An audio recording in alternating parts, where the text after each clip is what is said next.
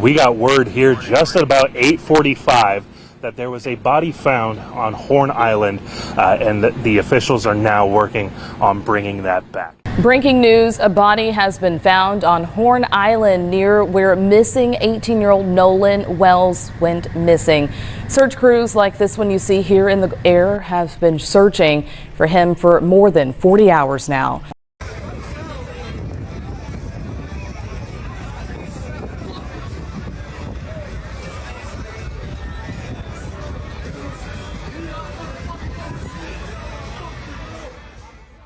I want you to stop whatever you're doing right now.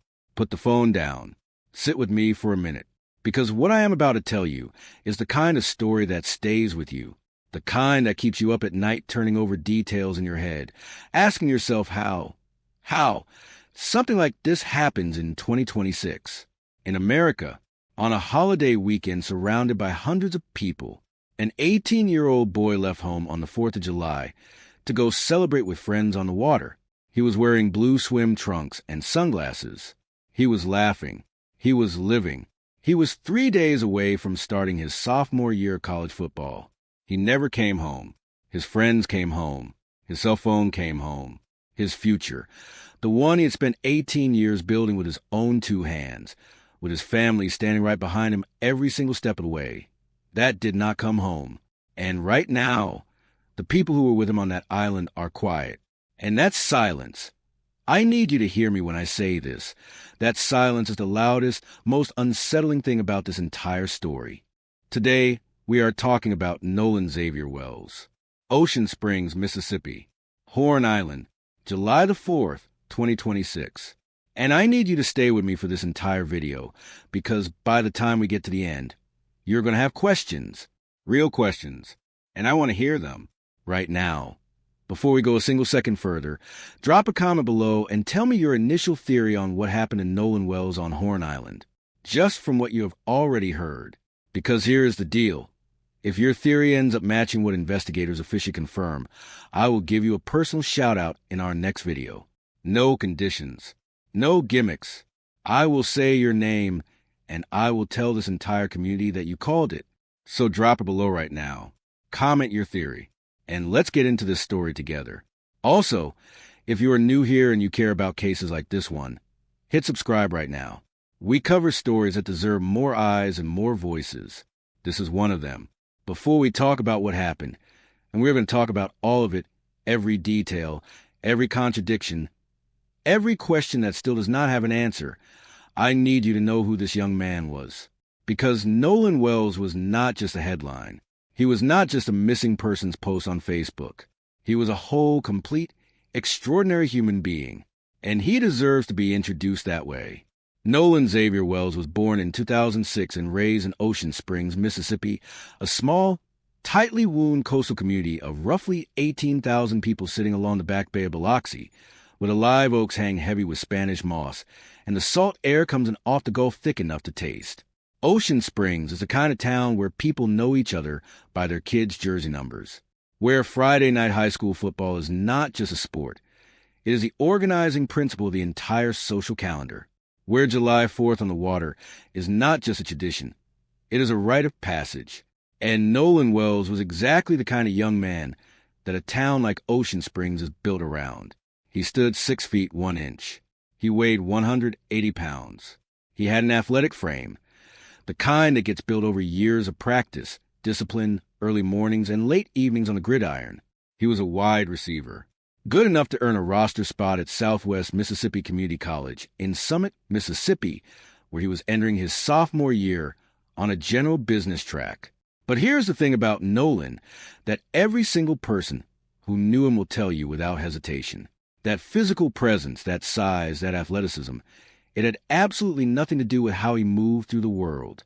Because Nolan Wells was not a physical intimidator. He was the opposite. He was the peacemaker. In a world of teenage boys where ego flares and arguments ignite over nothing and posturing is practically a second language, Nolan was the one who walked into those situations and cooled them down. His childhood friends, the tight-knit group he had navigated adolescence with in Ocean Springs, had a way of describing what Nolan did in a room that has stuck with me since I first read it. They said he could spark up a whole room without ever raising his voice. Think about that for a second. How rare that quality actually is. How rare it is in an adult, let alone in an 18-year-old. He came from a two-parent home. His mother, Christine Wansley, and his father, Elmore Wansley, built a kind of environment that produces that kind of young man. Intentionally, deliberately, with love that showed up in the way their son treated every single person around him. Christine would later try to find words to describe her son and land on something that I genuinely cannot read without feeling it. She said, Nolan was a special soul. God took his time creating our son. He had a best friend named Javen Williams. The kind of best friend you go back to campus with. The kind you share a dorm with. The kind you build your whole college experience around. They were supposed to move back into Southwest Mississippi Community College together on Monday, July 6th. Football practice was starting. Sophomore year was waiting. And Nolan's grandfather, Christopher Wells Sr., was a kind of family elder who held a whole family together by sheer force of love and dignity. We're going to come back to him, because in the middle of the worst 48 hours of his family's life, Christopher Wells Sr. did something that showed exactly what kind of man raised, what kind of son raised, what kind of grandson Nolan was. This boy had everything in front of him, a family who loved him, a best friend who had his back, a sport he was built for, an education he was pursuing, a future that was mapped out and real and within reach. He was 18 years old. He had everything to lose, and absolutely no reason to walk away from any of it. Now I need you to understand the geography of this story, because the geography matters enormously. Horn Island is a narrow barrier island sitting roughly 10 miles south of Pascagoula, Mississippi in the Gulf of Mexico. It is part of the Gulf Islands National Seashore. It is a stunning, pristine stretch of sand and sea oats and shifting shoreline that looks, from a distance, like paradise. There are no bridges to Horn Island. There are no ferries. There are no roads. There are no stores, no gas stations, no emergency services, and no easy way out. The only way on to Horn Island is by private boat, and the only way off Horn Island is by private boat. Let that settle in for a moment, because that geographical reality is not a background detail in this story. It is a central fact around which everything else turns. Once you step off a boat and onto that island, your entire connection to the mainland, your lifeline, your escape route, your way home, is tethered completely to the person who holds the keys to the boat that brought you. Now, on the 4th of July, Horn Island becomes something else entirely. Hundreds of boats anchor off the shore. The water turns into a floating city of celebration. Pontoon boats, speedboats, center consoles packed side by side, music coming from every direction, people walking through the waist-deep water between vessels, mingling, drifting, losing track of time in a way that only happens on long summer holiday weekends. It is loud, it is beautiful, it is chaotic, and it is the kind of environment where you can lose sight of someone in a matter of seconds. But, and I cannot stress this enough, it is not the kind of environment where you leave without doing a head count. The rule of barrier island boating is universal, and it is non-negotiable. Whoever you bring out, you bring back. Full stop. No exceptions. No ambiguity. Nolan's plan for July 4th was exactly what you would expect from an 18-year-old Gulf Coast kid with 3 days before his semester started. He was going to Horn Island to celebrate. He was going with friends. He was going to be back on the mainland before dark. He was going to pack his last bag, get some sleep, and be at Southwest Mississippi Community College by Monday. But before the boat even left the dock, the day introduced its first fracture.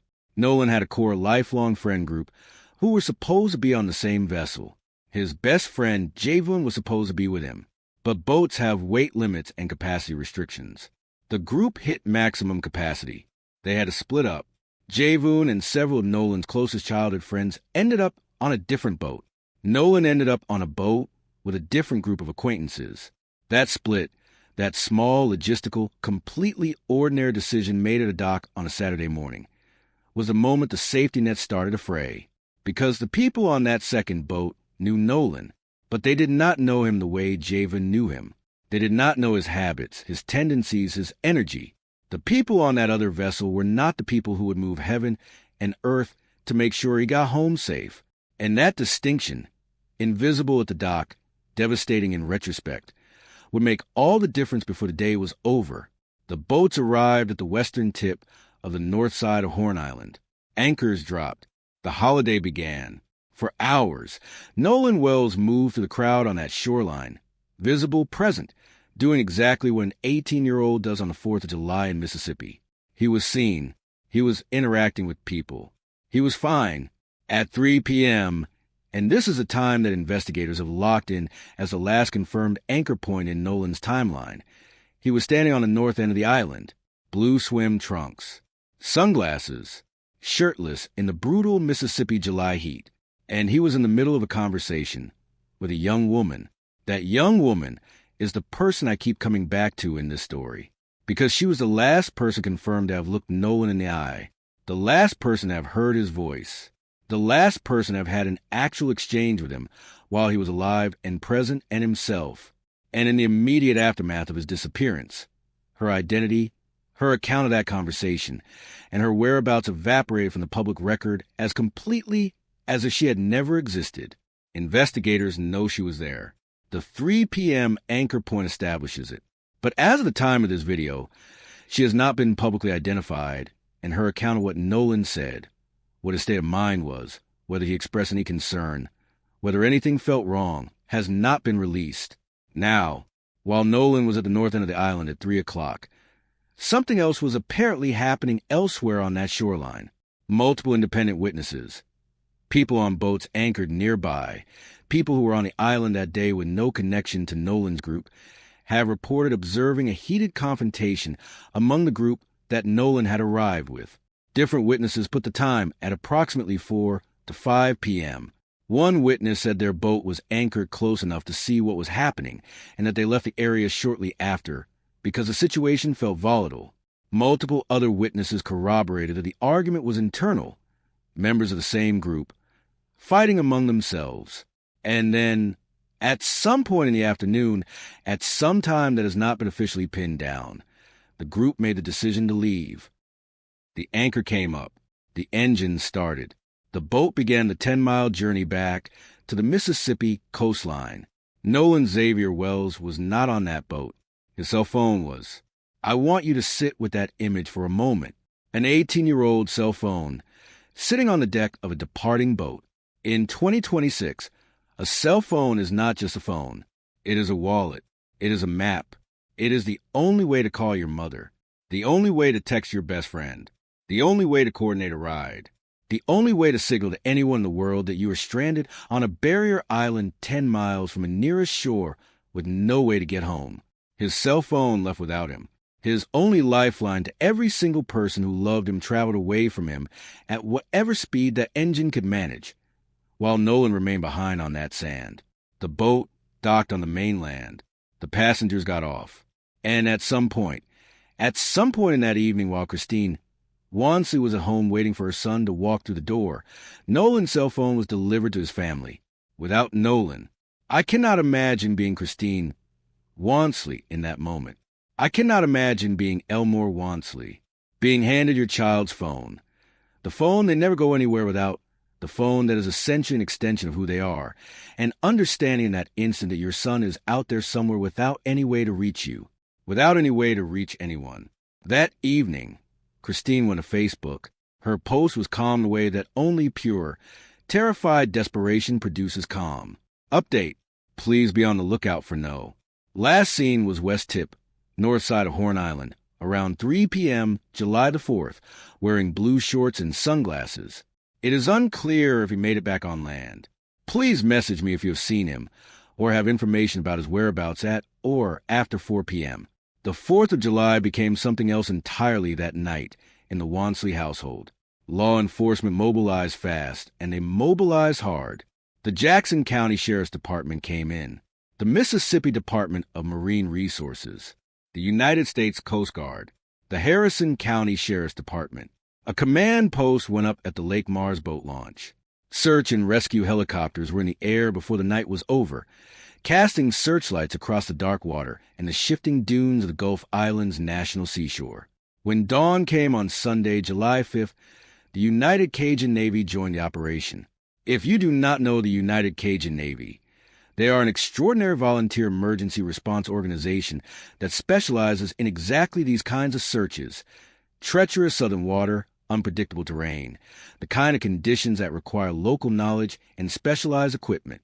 They deploy boats, drones, and ATVs across every accessible inch of Horn Island's western end. The island is deceptive. What looks flat from the water is actually heavily textured. Dense sea oats, shifting sandbars, tidal currents that move without warning. Searching it is not a simple exercise. Law enforcement, working to reconstruct a timeline, made a decision to release a photograph of Nolan taken on the day of the disappearance. The idea was to jog memories, to prompt the hundreds of teenagers who had been on that island to come forward with anything they might have seen or recorded. And then they released the photograph cropped. The faces of white male individuals standing immediately next to Nolan in the original image had been deliberately cut out before the photo was released to the public. I understand the procedural argument for that decision. These were uncharged individuals. Releasing their faces without charges creates legal and ethical complications. I understand it, but I also need to be honest with you about what that decision communicated to the public. In a case involving a missing black teenager in Mississippi, in 2026, releasing a photograph has been specifically edited to obscure the identities of the white companions he had been traveling with reads, to a public primed by decades of documented historical pattern as protection. It reads as someone deciding that the privacy of the people last seen with Nolan was more important than the transparency required to find Nolan. That photograph, that cropped, edited image, went from local Mississippi Facebook groups to national platforms within hours. What had been a regional search for a missing college athlete became a viral firestorm. High-profile voices amplified it. Millions of people began analyzing it. And the internet, as the internet does, started building conclusions before the investigation had time to build facts. The racial dynamics of the trip became the inescapable focal point of the national conversation. Web sleuths began cross-referencing social media profiles of Ocean Springs teenagers. People analyzed background details of every July 4th video they could find. Anyone suspected of connection to that boat found themselves under relentless digital pressure. The theories multiplied and darkened. Was there a physical altercation that escalated beyond the argument witnesses described? Was Nolan deliberately lured away from the crowd by the unknown girl to isolate him? Did the group intentionally leave him stranded as something that started as a cruel joke and turned fatal? Was there something else entirely going on beneath the surface of a holiday outing that looked ordinary from the outside? And then, because the internet is not one thing, it is everything, the other side of the conversation appeared too. Faceless accounts arguing that an 18-year-old should have been responsible for keeping track of his own ride, trying to shift the weight of what happened onto Nolan, suggesting that his death was a consequence of his own choices rather than the choices of the people who held the keys to the boat. I want to address that directly, and I want to do it once. Nolan Wells was a college athlete. He was disciplined. He was responsible. He had taken swimming lessons. He cared about his grades. He cared about his future. He was 3 days away from the start of his sophomore year. The suggestion that this specific young man, would voluntarily choose to stay behind alone on a remote barrier island without a phone, without a ride, and without telling anyone is not consistent with a single known fact about who he was. The math does not map. Meanwhile, in the middle of all of this, Nolan's grandfather, Christopher Wells Sr., logged onto Facebook. And what he wrote in that moment is the most dignified, restrained, heartbreaking thing I have read in the coverage of this entire story. He addressed the internet directly. He acknowledged that it was time for answers. And then he said this: be mindful. They need space and need to grieve. There has been enough finger-pointing. Let law enforcement do their job. A grandfather, carrying more weight than any person should have to carry, taking time in the middle of his family's worst nightmare to ask a global digital audience to show some basic human decency. He understood something that millions of people commenting on his grandson's disappearance did not. Viral speculation does not bring people home. Theories do not change physical reality. And while the internet was busy ripping the timeline apart, the Gulf of Mexico was preparing to deliver the only truth that was ever going to matter. I need to pause here for just a second because I want to check in with you. We are deep in this story, and I already know you have thoughts. I can feel it. So right now, scroll down to the comments and drop your theory. What do you think happened between 3 p.m. and the moment that boat engine started? What do you think went down on Horn Island on July 4th, 2026?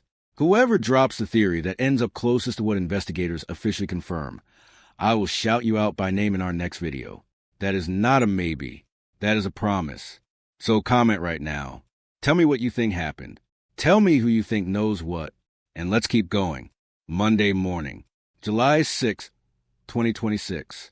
Somewhere at Southwest Mississippi Community College in Summit, Mississippi, Nolan's teammates were preparing for the football practice he was supposed to attend. His best friend, Javon Williams, was moving into the campus they were supposed to share, the campus they had planned for, the Monday they looked forward to, the ordinary beginning of what was supposed to be an extraordinary sophomore year.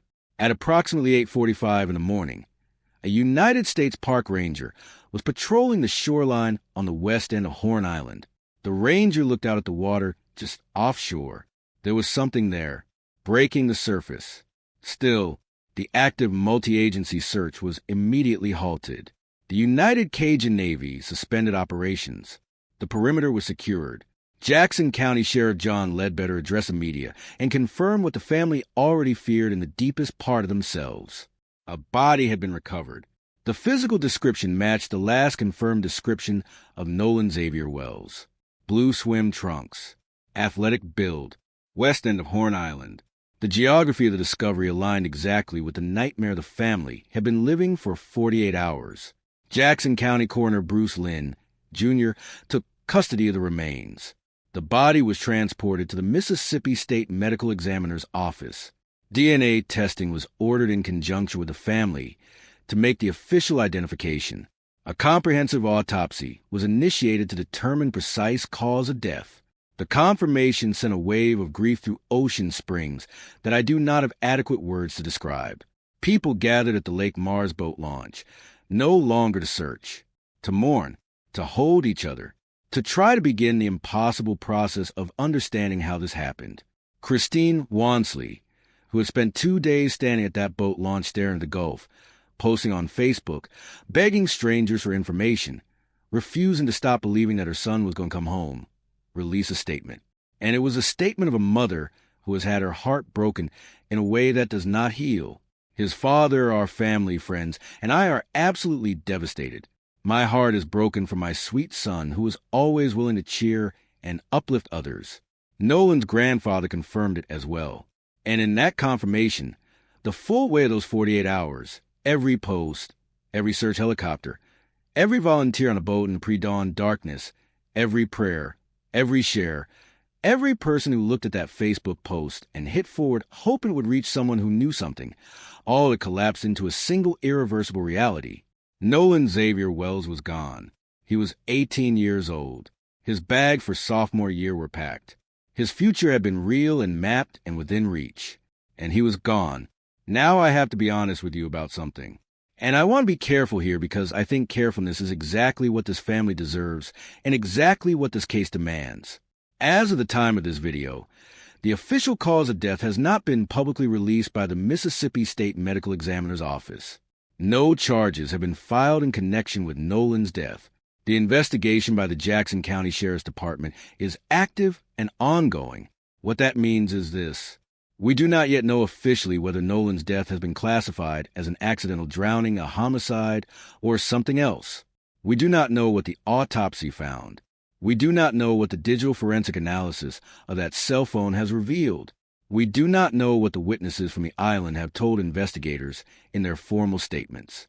What we do know is that the questions at the center of this case have not been answered, and those questions are significant. Why did a group of people leave a remote barrier island without the person they brought with them? What happened in the minutes between the last confirmed sighting at 3 p.m. and the moment that engine started? What was the confrontation that multiple independent witnesses observed about? Was Nolan involved in that confrontation or adjacent to it? What did the unknown woman he was last seen with observe in her conversation with him at 3 p.m.? And why Did the people who returned to the mainland with his cell phone not immediately alert law enforcement that there was an 18-year-old still on island? Because here's the thing that I keep circling back to, and I cannot get past it. If the account is simply that they told Nolan to get on the boat, and he said no and they left, that account needed to be delivered to law enforcement the moment they docked, not the next morning, not after a mother spent the night on Facebook, the moment the boat hit the mainland with his phone, and without him, someone on that vessel had an obligation to call the authorities and say, "We left someone on the island. Here is who they are. Here is where we last saw them. Go get them." That call, made at that moment, might have saved Nolan's life. We cannot know that with certainty. But the failure to make it and the silence that followed is something investigators are examining, and something that this family and this community, and frankly the entire country, deserves a full accounting of. If you were on Horn Island on July 4th, 2026, if you saw anything, if you recorded anything on your phone, any video, any photo, anything that might capture what was happening on the northwestern tip of that island in the afternoon hours, please contact the Jackson County Sheriff Department. Your account matters. Your footage matters. What you saw matters. Now, let me give you 3 things to take away from this story. 3 things that are practical, real, and worth carrying with you. The first is this. If you are ever in a situation where someone in your group is separated from you in a remote or difficult-to-access location, you do not leave. You do not make assumptions. You do not tell yourself they will find their own way. You stay. You search. You contact emergency services. You do not get in your vehicle or your boat and drive away until every single person you came with is accounted for. This applies on Horn Island. It applies in state parks. It applies on hiking trails. It applies anywhere that being left behind is not an inconvenience. It is a death sentence. The second, if you are the family of someone who dies under unresolved or suspicious circumstances, engage legal representation immediately. Do not wait for law enforcement to share information voluntarily. You have rights as the next of kin of the decedent, and those rights include access to autopsy reports, investigative updates, and official findings. An attorney who specializes in victim advocacy can help you exercise those rights actively rather than passively. Christine and Elmore honestly deserve to know everything that happened to their son, and they deserve advocates in that process who are accountable only to them. The third, be careful about who you get on a boat with. I know that sounds simple, but this case is a precise, devastating illustration of why it matters. Nolan's core lifelong friends, the people who knew him, who would have moved mountains to make sure he got home, were on a different boat. The capacity limit of one vessel separated him from his safety net and placed him in the company of people whose loyalty to him, when the moment of decision came, was insufficient to the moment. That is not an accusation of any specific crime. That is an observation about a structural vulnerability that Nolan could not have anticipated and could not have controlled. Be thoughtful about who you trust with your safety on the water.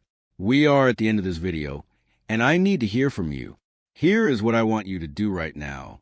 Drop your full theory in the comments. Not just a reaction, a theory. Who do you think knows what happened on Horn Island? What do you think took place in those hours between 3 p.m. and the time that boat docked on the mainland? What question do you most want investigators to answer publicly?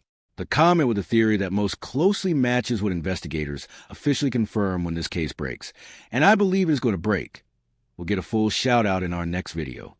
I will read your comment on camera. I will say your name, and I will tell this entire community that you were paying attention when it mattered. This is how we honor Nolan Wells, not by turning his death into entertainment, but by staying engaged, staying informed, and refusing to let this story disappear from the conversation the way the people on that boat wish it would. Share this video. Every share gets this story in front of someone new, someone who might have been on Horn Island that day, someone who might have footage, someone who might know something. You sharing this video right now is a direct action in service of a family that is still waiting for answers. Nolan Xavier Wells was 18 years old.